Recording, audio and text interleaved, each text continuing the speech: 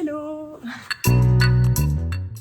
Aujourd'hui on se retrouve pour une nouvelle vidéo un peu particulière. Ça va pas être un vlog comme vous l'avez vu dans le titre, ça va être un hors-série où en fait je vais vous parler de la Corée du Nord.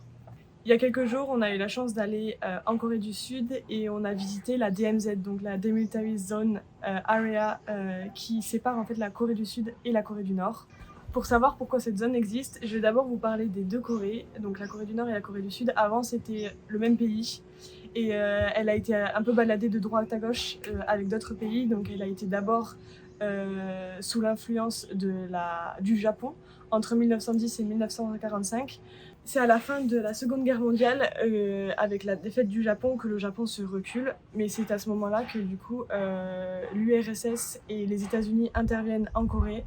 Ça va être en 1948 que la partie nord de la Corée va être sous l'influence de l'URSS et la partie sud va être sous l'influence des États-Unis. Et c'est à partir de ce jour-là que la frontière est infranchissable entre les deux pays.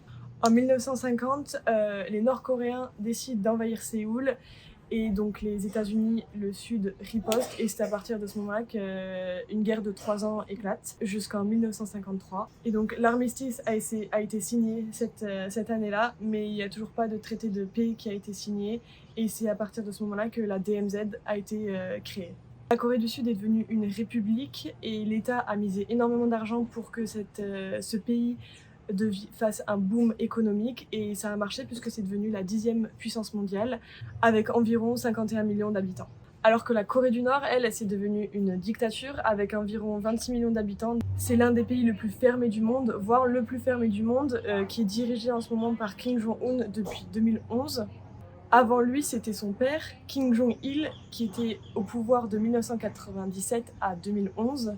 Et encore avant lui, c'était son grand-père, donc Kim Il-sung, qui est le fondateur de la Corée du Nord, qui était au pouvoir de 1972 à 1994. Maintenant que vous en savez un petit peu plus sur les deux pays, je vais vous parler de la DMZ, donc la Demilitarized Zone. Paradoxalement, c'est l'une des frontières les plus militarisées du monde, avec environ 700 000 soldats du côté Corée du Nord et environ 400 000 soldats sud-coréens qui sont aidés avec les États-Unis. Donc comme je disais, nous on est allé à la DMZ et on peut y voir énormément de choses du côté nord-coréen. Déjà en premier plan on peut voir la DMZ, donc c'est 4 km où il n'y a rien à part des barbelés et de la végétation. Ensuite on peut voir la Joint Security Area, donc c'est la zone qui est entre les deux DMZ à 2 km de la Corée du Sud et à 2 km de la Corée du Nord, du coup en plein milieu de la DMZ. Si ça vous dit peut-être quelque chose, c'est là où Trump a rencontré Kim Jong-un, donc c'est une zone neutre, donc rien peut se passer. Ensuite derrière on peut voir un village qui s'appelle Kim Jong-dong et ça c'est un village, la Corée du Sud l'appelle le village de la propagande et la Corée du Nord l'appelle le village de la paix. C'est en fait un village qui a été créé pour donner une bonne image à la Corée du Nord parce qu'en fait il n'y a pas d'habitants. On peut voir que c'est des bâtiments où personne n'y habite, il n'y a pas réellement de pièces dans les maisons, il n'y a pas de lumière, il n'y a pas de meubles. On peut voir qu'en fait c'est un village qui a été créé de toutes mains juste pour donner une bonne image à la Corée du Nord. Il y a aussi une hampe de drapeau de 160 mètres avec le drapeau nord-coréen et ça c'est un petit fact, il y a eu une petite guerre entre la Corée du Nord et la Corée du Sud sur ce drapeau parce que la Corée du Sud a aussi un drapeau juste en face. La Corée du Sud a d'abord fabriqué leur drapeau, puis la Corée du Nord en a créé un plus grand, puis la Corée du Sud l'a fait plus grand, ainsi de suite, ainsi de suite. Et du coup là c'est la Corée du Nord qui l'a le plus grand, qui a d'ailleurs été le drapeau le plus grand du monde jusqu'en 2010 et après il y a eu l'Arabie Saoudite qui a le drapeau le plus grand maintenant. Ensuite, à gauche, on peut voir la zone industrielle de Kaesong, donc qui est une entente entre la Corée du Nord et la Corée du Sud, puisqu'en fait, il y a des Sud-Coréens qui vont travailler là-bas. C'est une collaboration économique pour un investissement entre les deux pays. Mais il me semble que depuis 2016, la zone a fermé. Ensuite, derrière tout ça, on peut y voir au fond la troisième plus grande ville de la Corée du Nord, donc qui est Kaesong, avec plus de 330 000 habitants, qui est à peu près à 7 km de la frontière. Dans cette ville, on peut voir aussi la banderole de propagande de Kaesong. Donc, si vous voyez le Hollywood sign ou le Marseille sign, eux, ils ont aussi leur sign où c'est écrit « La Corée, c'est génial » en coréen. Donc voilà. totale propagande. Comme je vous l'ai dit, la Corée du Nord c'est une dictature et on se demanderait pourquoi la Corée du Sud ne ferait rien pour aider les habitants de la Corée du Nord. Et en fait c'est parce que la Corée du Nord a des énormes alliés comme la Chine ou la Russie et tous les pays communistes de l'Asie du Sud-Est comme par exemple le Vietnam. Et en plus aussi ils ont énormément d'armes nucléaires donc c'est extrêmement compliqué, c'est très délicat de pouvoir faire quelque chose.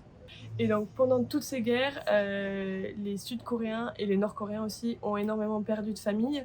Donc les Sud-Coréens ont décidé de faire un TV show pour retrouver leur famille parce qu'ils peuvent être en Corée du Nord mais ils peuvent être aussi en Corée du Sud cachés. Le but de ce TV show c'est de retrouver sa famille et en fait c'est en live et c'est des gens qui ont une pancarte avec toute leur histoire de leur famille et les caméramans filment les zooms pendant quelques minutes et il y a une hotline où tu peux appeler pour savoir si tu as des informations sur cette famille pour pouvoir retrouver du coup la famille.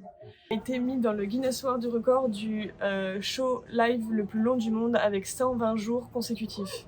Donc après c'est un pays un peu fou avec un dictateur complètement fou, on peut le dire. Par exemple il a tué son premier ministre parce qu'il s'était endormi pendant un meeting. Voilà. Qu'est-ce qu'il a fait d'autre il a tué son ancienne petite amie et son nouveau compagnon. Je suis en train de faire le montage de la vidéo là et j'ai recherché des informations sur ce que j'étais en train de dire et apparemment en plus de son ancienne petite amie il y a aussi 11 autres pop stars qui ont été tuées. Apparemment il y a plusieurs facts, soit c'est parce que elles ont fait des sextapes et elles les ont vendues en Chine. Il y a d'autres personnes qui disent que c'est parce qu'elles ont fait des danses un peu inappropriées et il y a aussi d'autres personnes qui disent que la nouvelle femme de Kim Jong-un est hyper jalouse d'elle, donc du coup elle a décidé, elle a demandé à Kim Jong-un de la tuer. Voilà. Peut-être vu l'histoire de l'américain qui a voulu récupérer une image de propagande pour la ramener aux États-Unis et qui a été condamné à prison à vie en Corée du Nord.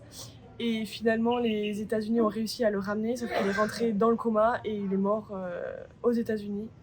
Donc, c'est ce qui s'est passé. Donc, chaque année, il y a environ 1000 personnes qui arrivent à s'échapper de la Corée du Nord. Donc, on ne sait pas du tout combien essaient, mais n'y arrivent pas. Et en général, pour s'échapper de la Corée du Nord, le plus facile, entre guillemets, c'est de passer par la Chine, où là, les femmes peuvent souvent devenir des esclaves sexuels. C'est pour ça qu'elles doivent continuer et passer une autre frontière comme la Thaïlande ou le Myanmar, parce que sinon les Chinois les ramènent en Corée du Nord. C'est grâce à des organisations spécialisées pour les Nord-Coréens qu'ils peuvent passer la frontière de Chine en Thaïlande. Et ensuite, dès qu'ils arrivent en Thaïlande ou au Myanmar, comme je disais, ils sont envoyés en Corée du Sud, là où ils sont aidés. D'abord, on leur fait passer une interview pour savoir si c'est pas des espions. Et ensuite, la Corée du Sud les aide, les loge gratuitement pendant 1 an pour apprendre à vivre en Corée du Sud, trouver du travail. Et les deux pays parlent la même langue, mais ils ont un accent assez différent, donc ils se comprennent, mais les Sud-Coréens savent que c'est des Nord-Coréens grâce à leur accent. Alors maintenant, on peut se demander comment la Corée du Nord gagne de l'argent, vu que c'est un pays hermétique, complètement fermé à l'extérieur et à l'intérieur. Ils ont plusieurs façons pour gagner de l'argent. Premièrement, il y a l'exploitation des minerais, du fer et des graviers avec son principal partenaire, c'est la Chine. Ils font aussi de l'huile de soja, du textile. Il y a l'exploitation et l'exportation de la main-d'œuvre avec plus de 60 000 travailleurs nord-coréens qui vont travailler en Russie, en Chine, au Moyen-Orient, sur des chantiers de construction, des exploitations forestières, des usines à textile. Et les salaires ne sont pas du tout reversés à eux, ils sont reversés à des entités qui sont contrôlées par le pouvoir nord-coréen. Donc avec ces salaires-là, on estime entre 100 millions et 200 millions de revenus en dollars. Ensuite, il y a aussi le parc industriel de Kaesong, où il y a environ 50 000 Nord-Coréens qui y travaillent et on estime à environ 100 millions de dollars de revenus pour la Corée du Nord. Il y a aussi la contrefaçon, donc les Nord-Coréens pendant les années 2000-2010, ils étaient spécialisés dans la contrefaçon des billets de 100 et 500 dollars. Et maintenant, ils se sont mis sur les yens, donc les billets chinois, qui sont en circulation en masse en Chine. Il y aurait aussi la cybercriminalité, où il y aurait plus d'une centaine de hackers en Corée du Nord qui travailleraient sur des jeux illégaux et des raquettes en ligne. Donc ça, c'est le gouvernement qui empoche tout cet argent, et on va se demander comment les gens, les Nord-Coréens, gagnent leur vie à l'intérieur du pays. Il y a entre 40 et 60% des Sud-Coréens qui sont sous le seuil de pauvreté. Le salaire moyen d'un Sud-Coréen est de 18 $. Donc les camps de travail, qui sont aussi appelés les camps de concentration, sont très répandus en Corée du Nord. Et ils sont pour les prisonniers comme ceux qui sont accusés d'insubordination idéologique. C'est des villages qui sont entourés de barbelés et de clôtures électriques. Donc imaginez vivre dans une prison qui est déjà dans une prison. Environ 120 000 personnes habitent dans chaque camp de concentration, il y en a énormément. Le plus dramatique là-dedans, c'est que les enfants sont traités de la même façon que les adultes dans ces camps-là. Donc avec énormément de travail, énormément de pauvreté, énormément de famine. Et en plus du travail, ils doivent aussi aller à l'école. C'est pas une école, enfin dans les camps de concentration, vous voyez, en Corée du Nord, certains ont le droit à l'école avec des vrais professeurs. Encore une fois, c'est la classe sociale très haute. Ceux qui sont dans les camps de concentration, ça va être l'école faite par des soldats ou par les gardes de prison. Donc une éducation pas forcément très bien, même voire très nulle, quoi. Parce qu'au final, certains savent même pas écrire, lire. Donc voilà, j'ai tellement de trucs à dire sur la Corée du Nord, il y a encore plein d'informations. Mais je vais m'arrêter là parce que sinon après la vidéo elle va durer 30 ans. Donc j'espère que ce format il vous plaît. Dites-moi en commentaire si ça vous plaît, ou si vous voulez que je fasse plus des vidéos comme ça, ou si vous préférez les vlogs. Et voilà, en tout cas merci de m'avoir écouté. Moi j'ai pris grave de plaisir à faire ce genre de vidéos, faire toutes ces petites informations. Voilà, et ben merci de m'avoir écouté. À bientôt.